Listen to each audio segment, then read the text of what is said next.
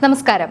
കേരള രാഷ്ട്രീയത്തിന്റെ ചരിത്ര പുസ്തകത്തിൽ പുതിയൊരു അധ്യായം എഴുതപ്പെടുകയാണ്. പ്രവചനങ്ങളെയും എക്സിറ്റ് പോളുകളെയും കാറ്റിൽ പറത്തിക്കൊണ്ട് UDF തരംഗം കേരളക്കരയാകെ മൂടിയിരിക്കുന്നു. ഒടുവിൽ വിവരം ലഭിക്കുമ്പോൾ 103 സീറ്റുകളിൽ ഐതിഹാസികമായ ഭൂരിപക്ഷത്തോടെ UDF മുന്നേറുകയാണ്. വർഷങ്ങളായി ആരും തൊടില്ലെന്ന് അഹങ്കരിച്ച ചുവപ്പ് കോട്ടകൾ ഇതാ ചീട്ടുകൊട്ടാരം പോലെ തകർന്നടിയുന്നു. തുടർഭരണം എന്ന വാക്ക് വെറും ഓർമ്മയായി മാറുന്ന കാഴ്ചയാണ് നമ്മളിപ്പോൾ കണ്ടുകൊണ്ടിരിക്കുന്നത്. എന്തുകൊണ്ടാണ് ഈ നിലംപരിശായ വീഴ്ച?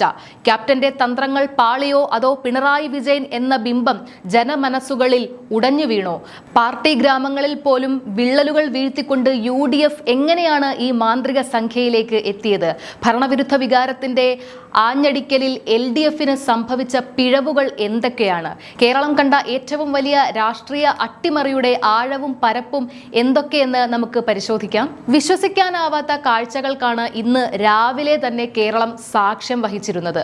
ചുവപ്പ് കോട്ടകൾ തകരുന്നു, വിഗ്രഹങ്ങൾ ഉടയുന്നു. CPMന്റെ ഉരുക്കുകോട്ടയായ ധർമ്മടത്തിന്റെ മണ്ണിൽ സാക്ഷാൽ പിണറായി വിജയൻ 5 ബൂത്തുകളിൽ വോട്ട് എണ്ണിക്കഴിഞ്ഞപ്പോഴേക്കും പിന്നിലേക്ക് പോയ കാഴ്ചയാണ് നമ്മൾ കണ്ടത്. പിന്നീട് അദ്ദേഹം കയറി വരുന്നതും നമ്മൾ കണ്ടു. എന്നാൽ കഴിഞ്ഞ പ്രാവശ്യത്തെ വെച്ച് നോക്കുമ്പോൾ ഒരു നാണം കെട്ട ഭൂരിപക്ഷം ലഭിക്കാനാണ് സാധ്യത. നമുക്ക് ചരിത്രമൊന്ന് പരിശോധിക്കാം. കഴിഞ്ഞ 2 നിയമസഭാ തെരഞ്ഞെടുപ്പുകളിലും ധർമ്മടം പിണറായി വിജയന് നൽകിയത് റെക്കോർഡ് ഭൂരിപക്ഷമായിരുന്നു.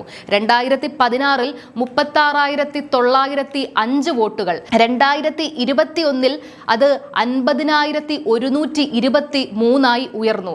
കാരണം നമുക്കറിയാം, ഒന്നാം പിണറായി സർക്കാരിന്റെ ഭരണം, എടുത്തു പറയേണ്ടത് കൊറോണ പ്രളയം സമയത്തെ അദ്ദേഹം കേരളത്തിന് നൽകിയ ആ കരുതലിന്റെ ഫലമാണ് 2021 ഭൂരിപക്ഷം ഉയരാൻ കാരണം. 50,000-ന് മുകളിൽ ഭൂരിപക്ഷം നൽകിയ ഒരു മണ്ഡലം അതേ നേതാവിനെ കൈവിട്ടു എന്ന് പറയുമ്പോൾ അതിന്റെ ആഴം നമുക്ക് മനസ്സിലാക്കാം. ഇപ്പോൾ വരുന്ന വിവരങ്ങൾ അനുസരിച്ച് UDF കേവല ഭൂരിപക്ഷവും കടന്ന് 100-ന് മുകളിൽ സീറ്റുകൾ നേടിയത് ജനങ്ങൾ മാറ്റം ആഗ്രഹിച്ചു എന്നതിന്റെ വ്യക്തമായ തെളിവാണ്. മാത്രമല്ല, കണ്ണൂരിലെയും തൃശ്ശൂരിലെയും പാലക്കാട്ടെയും ഉറച്ച ഇടത് മണ്ഡലങ്ങളിൽ UDF നടത്തുന്ന മുന്നേറ്റവുമാണ് നമുക്കിപ്പോൾ കാണാൻ സാധിക്കുന്നത്. നിലവിൽ ലഭിക്കുന്ന വിവരങ്ങൾ അനുസരിച്ച് Manjeshwaram AKM Ashraf, Kasaragod Mahin Haji, Uduma K Neelakandan, Thrikaripur Sandeep Warrier, Irikkur advocate Sajeev Joseph, Azhikode Kareem Cheleri, Kannur advocate TO Mohan, Palakkad Ramesh Pisharody, Paravur VD Satheesan, Haripad Ramesh Chennithala. ഇതിൽ നിന്നൊക്കെ ഒരു ചിത്രം വ്യക്തമാണ്. ഔദ്യോഗികമായ അവസാന ഫലം പുറത്തു വരാൻ മിനിറ്റുകൾ ബാക്കി നിൽക്കെ കേരളത്തിന്റെ വിധി എഴുതപ്പെട്ട് കഴിഞ്ഞു. 103 സീറ്റുകളിലെ ഈ വമ്പൻ ലീഡ് കേവലം ഒരു മുന്നേറ്റമല്ല, ഇതൊരു ജനകീയ സുനാമിയാണ്. ഇടതുപക്ഷത്തിന്റെ ഉരുക്കുകോട്ടകൾ എന്ന് വിശേഷിപ്പിക്കപ്പെട്ട മണ്ഡലങ്ങൾ പലതും UDF തരംഗത്തിൽ കടപുഴകി വീഴുന്ന കാഴ്ചയാണ് നമ്മൾ കാണുന്നത്.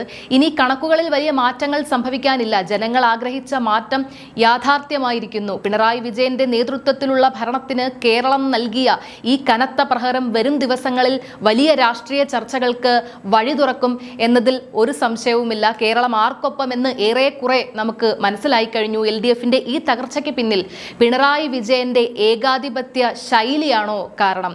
നിങ്ങളുടെ അഭിപ്രായങ്ങൾ താഴെ കമന്റ് ചെയ്യുക.